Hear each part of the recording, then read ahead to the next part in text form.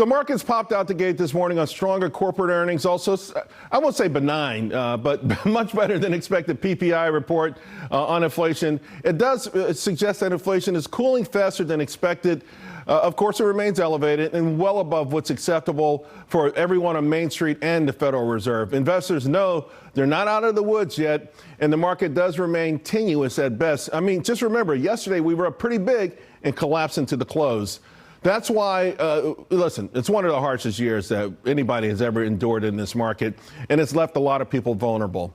The latest BAC, a Bank of America survey of fund managers, sees cash still extremely high levels, and that's often associated with oversold markets. And on that note, investors are betting huge that this market actually takes another dive.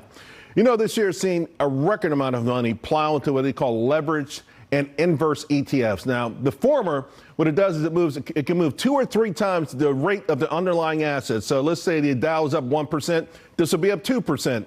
The latter actually moves in the opposite direction. Last week, there was a record $658 million poured into the SQQQs. That's a massive bet on technology taking another hit. These actions, though, listen, these aren't surveys, folks. This is what people are actually doing.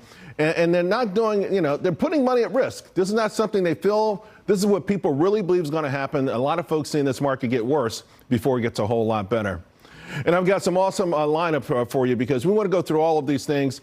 But before we get to the markets, let's talk about this FTX debacle because media outlets, I got to tell you, yesterday provided more cover for Sam Bankman-Fried. In fact, while his critics are dancing, we're dancing on the grave of his crypto and the DeFi revolution.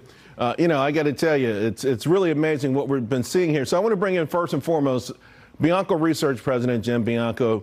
Jim, listen, I saw where you were tweeting out that I know you've taken a fair amount of slings and arrows over this, although I've never seen you advocate for any of the coins in general, and certainly not anything associated with FTX. It just feels like a lot of people are pouncing. So what's going on?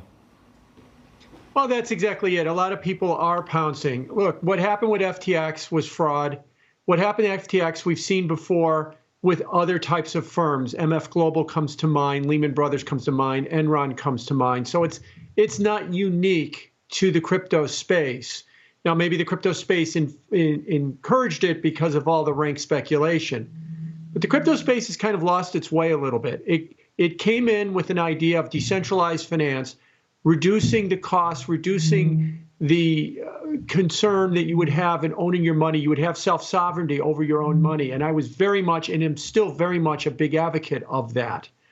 And then it got all wrapped up with hype and all of this, these scams and hacks and everything else. And it's lost its way, and it's going to have to get back to its original knitting. Jim, here's the thing, though. I mean, has crypto itself, the division, the promise, the potential lost its way, or is it just the charlatans that have swooped in like vultures like they always do? In this case, some of them actually given a stamp of approval by Wall Street and Silicon Valley, and now even the media. And if that is the case, you talk about for going beyond a crypto winter, and that ultimately that we may need a crypto ice age to get through all of this.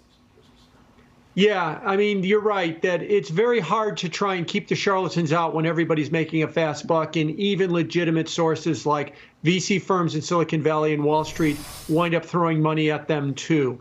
And what I meant by a crypto winter is a bear market, an ice age, is the only way you're going to get rid of all the charlatans is you're going to have to take the profit motive out of this market. Right. You know, and then when they'll go away, and then the only people be left with are the original purpose. Let's build a new financial system. And that's why I fear it's going to be a long, tough slog. That and also the fear of punishing regulation that might come down the road, too. Hey, Jim, before I let you go, I want to call Audible here because 30 minutes before we came on air, reports in Polish media, also in AP, that a Russian rocket veered into Poland, into their space, and actually killed 2 people. This morning, the Bank of America survey came out on the biggest tail risk. And we see geopolitical getting worse. Russia, Ukraine, China, Taiwan.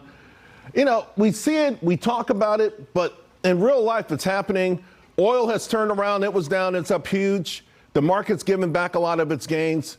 You know, just how do you invest in this sort of environment? It is really difficult to invest in this kind of environment.